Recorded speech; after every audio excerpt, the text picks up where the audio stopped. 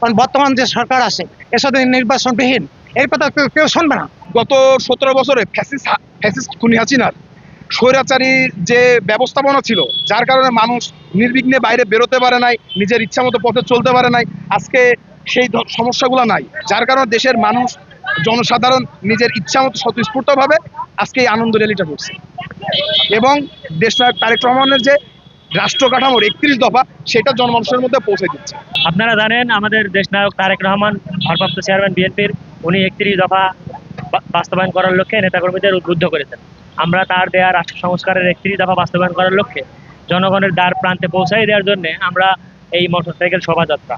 আপনারা জানেন আমাদের প্রিয় নেতা বিএনপি চেয়ারম্যান ভারপ্রাপ্ত জনাব তারেক রহমান আজকে যে সংস্কারের কথা বলছে আজকে এই সরকারের আমলে, অথচ প্রায় 3 বছর আগে তিনি 31টা দফা দিয়ে সংস্কৃতি বলেছিলেন। কিন্তু আমরা চাই এটা বিতরণ করে দেশের জনগণ যেন এসব অবগত হন এবং এই আলোকে তারা একটা দল আমাদের বিএনপির দিকে ঝুঁকে পড়ে এবং রাষ্ট্রের কল্যাণ হবে। কারণ বর্তমান যে সরকার আছে এর সাথে নির্বাচনবিহীন এর কথা কেউ শুনবে না।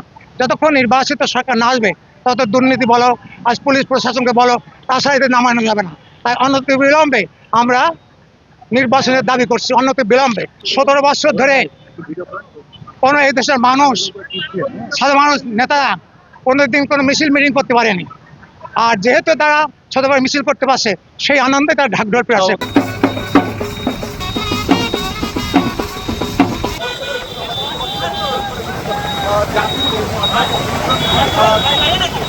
রয়েছে